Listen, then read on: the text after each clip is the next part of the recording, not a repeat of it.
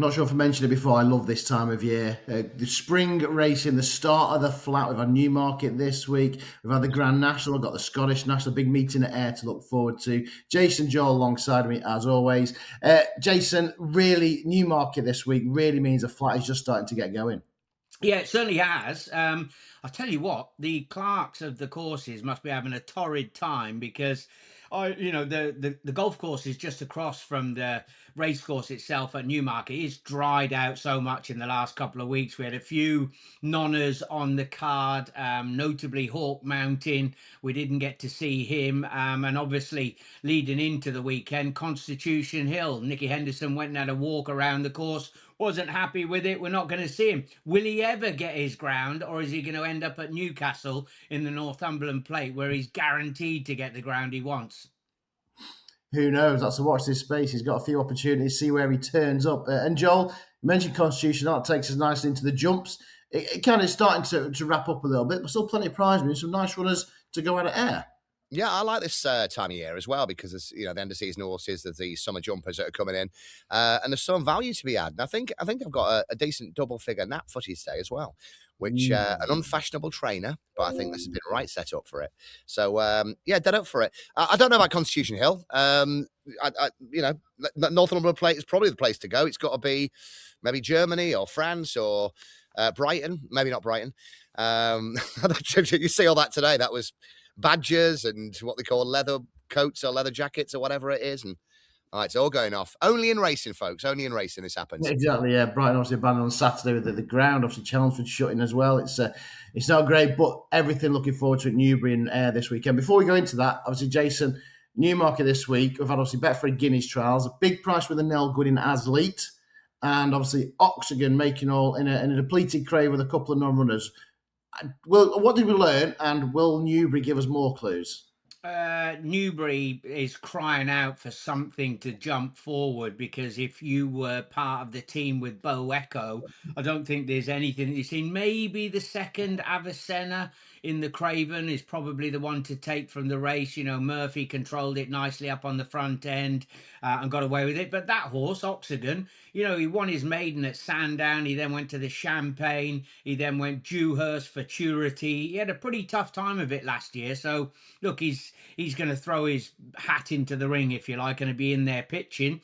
Good for Mark Tompkins. He bred Asleep for Stuart Williams. So excellent to see him. Maybe it was Even Top, or the ghost of Even Top, that sort of pushed her over the line. Of course, Frankie Dettori did the flying dismount, didn't he, when he beat Even Top, a pixel, I think it was, in the 2000.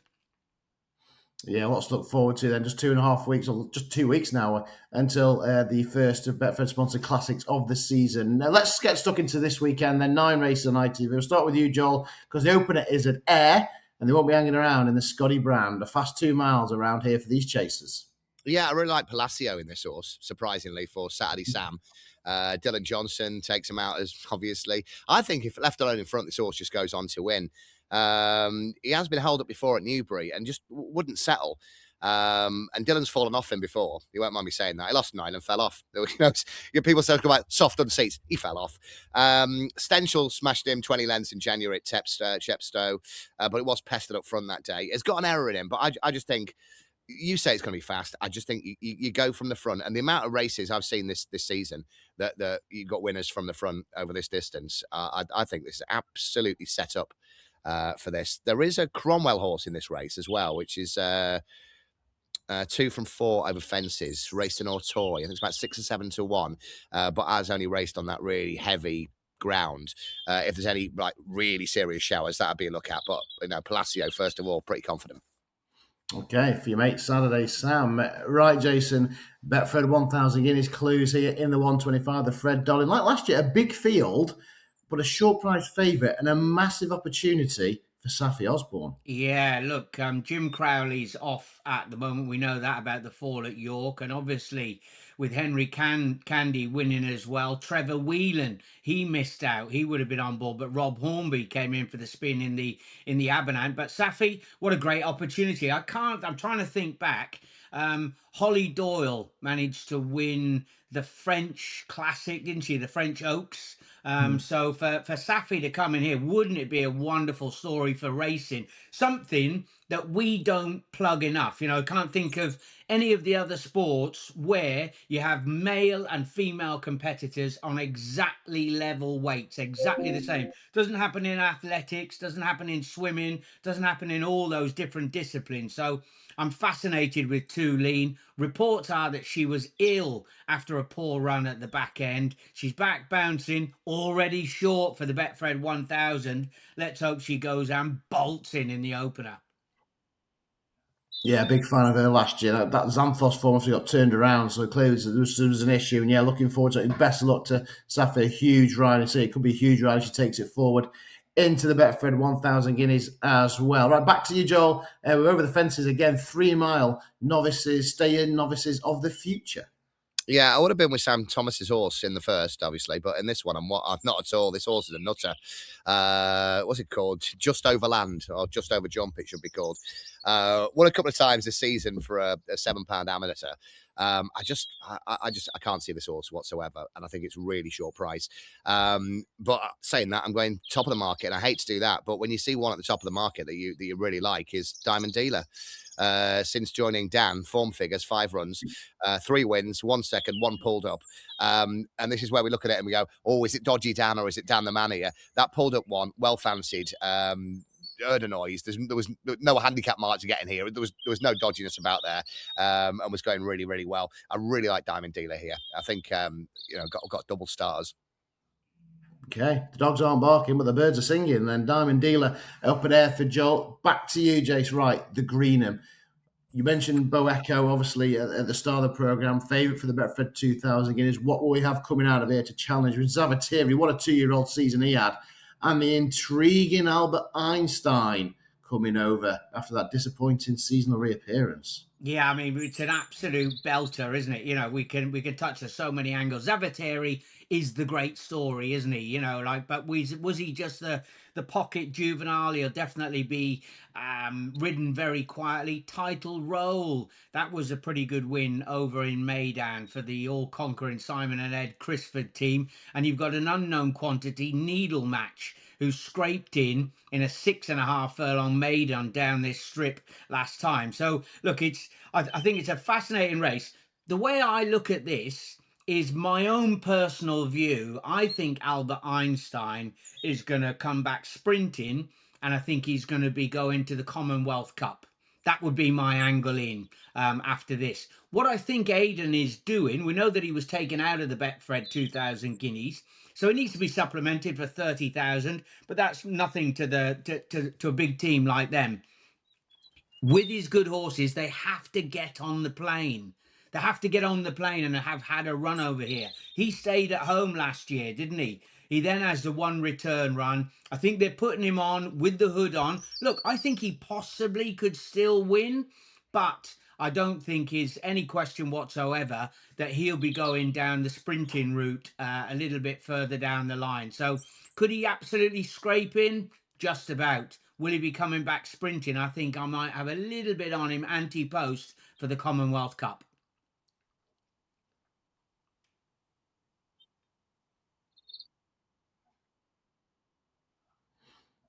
Okay, Albert Einstein then could be rerouted though back to sprinting if Roy Ascot is his aim in the Commonwealth Cup, which would make the Betfred 2000 guineas potentially even murkier. Right, that will create a champion. The Scottish champion hurdle, I suppose, likewise, Joel. Soft grounded Tutti Quanti then may get the ground that this one needs. And obviously that Newbury form starting to look very hot.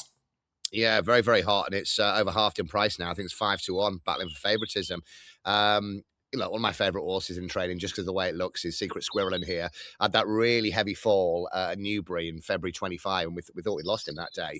Has a year off, and then comes back to the Kingwell, was 8 lengths behind Alexei and Rubo that day. So, the ability still remains. It was only 11-1 for the county hurdle. It was 19th in that, beaten, 20 lengths or something. I had a little look at Secret Squirrel, but I really like Gibbs Island in here. And the reason why, this was 7th in the county, was only beaten 6 lengths and was dropped a pound to 133, and he was in the low 140s earlier this year. He's off 10 stone 6, I believe. And it's a train that I can normally not get right, but when the trainer's in form, you've got to get on the train. And that's Tom Lacey. When out of form, nothing could win. But otherwise, they all start going in. I think there's about a 33% strike rate currently. In the county, wasn't given a hard time whatsoever. And I think at around 12 to 1, this is a cracking bet, this. Okay, then Gibbs Island, double figures. He likes it then. Is that the nap that he teased earlier? We'll find out very shortly. No, it's not, he says. Right then, let's go back to Jason then. The John Porter, no Constitution Hill, as we mentioned, but we've still got 7 very good horses lining up. Absolute belter, isn't it? The jockey merry-go-round starts again here, doesn't it? Callum Shepherd has doesn't seem like he's with George Scott anymore now, does he? That has been terminated, that combination. You've got William Buick, who comes in for the ride on Phantom Flight. Bellum Justin, he had a return run in this last year and then went on to win the Jockey Club. And you've also got Pride of Arras. What happened to him? He had the cruelest cut of all towards the end of last season. He went back to back, didn't he? With 2 very, very strong efforts indeed. As a gelding, as a 4-year-old, he's the untapped potential, bidding to sort of give a bit of a roughing up to the older brigade, the likes of Al Arcee, who's a regular in this contest. Of course, Tom Marquand standing in for Jim Crowley, but Pride of Arras, he's got to be the one with the untapped potential. Yeah, of course, last year's Dante went very impressive indeed. Great voltage as well. Right, back to you, Joel. The mares in action for this staying handicap hurdle at 255. Yeah, some weeks you look at the cards and you're not really feeling it, or you're going, oh, I'll have a token, couple of quid each way on one. Again, this race, straight off the page, the Irish Raider, World of Fortune for James Kenny. He's only got about 3 or 4 horses, and a £7 amateur rides this horse. Top weight, 12 stone. Last 5 runs. Won at Ballinrobe. Half a length second at Limerick. 3/4 of a length second at Punchestown. Over 5-length winner at Kelso last month. Coming over here, taking our prize money. The only blot in those last 5 runs at Doncaster, in the mare's listed race, going really well, was 4th in that, and it mangled 3 out. It is really class. British handicapper seems to have been over nice to this horse, and then has realised since. So the kid takes off the £7 there. It's not like a Tony Martin gamble where you see a row of duck eggs from 20 years ago and you go, oh, this has been set up. It's there for everybody to see. It's a class horse, top weight. And I just hope the kid can ride phenomenally. I think this is brilliant. World of Fortune. Okay, World of Fortune's on off top weight. Nice at Case. Right, Jason, a proper old school big field handicap. How much do we like these? 26 runners on the straight course at Newbury. And you're welcome to at least a couple of arrows. Yeah, and I think I will have a couple decent prices as well, since I've been put to shame so far with a couple of shorties on the card, haven't I? So we need to step up. Plenty of these, the likes of EBT's Guardies are regular in this contest. Urban Lion and Rogue Diplomat, they're bringing in the Doncaster form from the Lincoln. Very, very strong. One of my old favourites returns, and I like the Knight Callum Shepherd combination. He'll be desperate to get winners on the board, Callum, having severed that contact with George Scott. But Check and Challenge, he's a rock solid performer. I know he's got top weight, but he has more than enough ability off 105 to run a good race. He will love a strongly run mile. This is right up his alley, where they can drop in and produce him late. He's well up in the 20s bracket, so he's a big each way player. And what about on the other side of the track, just to make it interesting, Almubir. Now, Kevin Ryan sends just the one runner down to Newbury on the weekend. He's got Neil Callum booked. New Yard, you remember him, he was a rock solid performer for the Haggis team. He went over to Australia, didn't happen for him. He's come back over, he's now gone to Kevin Ryan's. He's a whopping each way price as well. And the good thing, we've got one on either side of the track, just in case there's some sort of bias. I was getting really worried, but there's your Haggis angle. Used to be the Haggis runner. Hey, and I tell you what, his 3-year-olds, judging by what he's been saying recently, they could be bubbling under. They've got a few more to roll the dice before the guineas rolls round. That is for sure. Yeah, that Marsty was very taken, wasn't it, the other day? Right, I love that. Big field handicap. I think it's a massive field maiden as well, isn't there, at Newbury? Brilliant. They've got loads of runners this weekend. Talking lots of runners. 21 set to go to post, Joel, in the Scottish Grand National. What wins it? Well, I had a look last night at this race in depth, and it's a Scottish national. I don't know how deep it is though. I quite like the Nichols horse in here, Quebecois. Say it again. Is it Quebecois? That'll do. Just like What to were hear you- you say it. What are you gonna say? Quick! What? And don't you even start. Right? Don't even start with Weaver. He thought Rossa Ryan was a girl for 3 years. So yeah, good Very point. true. Yeah, very true. The third of the Ultimate looks good. Johnny Who, obviously, we know it did in the National. Blow Your Wad won at Chepstow, start of April. And I was going through, and then I got to my nap, which was 25-1 2 days ago. It's now into around 12-14s, and he's chasing out the Blues from Mark Walford. Another one of those horses that doesn't look like it's been set up. The form is in the book, and it's there to see. Unfashionable yard, unfashionable jockey, but can get the job done. The horse only costs 20 grand. It's a 7-year-old. Won really well at Carlisle last month. I think it was 3 miles, 3 mile 1, something like that. And was headed and battled back to win at Catterick the time before that. Second at Doncaster in January. Brian Hughes rode it that day. And then Jamie was back on it, won at Wetherby 2 days after Christmas. It was 7 lengths down before the last and battled away. And when Jamie gave him the office, he just stayed on. He puts his head down and he goes. Brilliant combination. And like I say, got up to win a neck, 7 down at the last. Love this horse, and I think this is an absolute steal. 12-1 as well is still a really decent price. And obviously, you back it each way, but I'd be happy having some on the nose here. Come on, cut the crap. Your best mates with him. Your mates are Mark Walford. What's he said? Well, I'll just tell you, I've not moved the market. No, Mark Walford. I've said time and time before. I've had horses with him before. He's a lovely part of town, a great team. Up in North Yorkshire, you're 20 minutes away from Dougie Costello's house as well. So when you come home from the pub, you can go and knock on his window.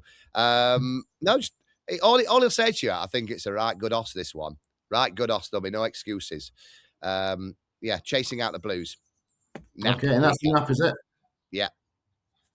Napo chasing out the Blues at a big price, right? I love it. Jason, what will be your best bet on the card on Saturday? Tell you what, we've got to say we all want Too Lean to absolutely bolt in the opener, and then we've got Safi going into the Betfred 1,000 guineas with a live chance. That's what we definitely want, so I'll be willing that one home. But check and challenge. When you talk about a horse who's been a regular in all of those Royal Ascot Heritage handicaps, the hustle and bustle of a race like this is exactly what he wants. And the team, William Knight, they had a really nice handicap, a tilted kilt win first time out the other evening at Southwell. So they're in good form.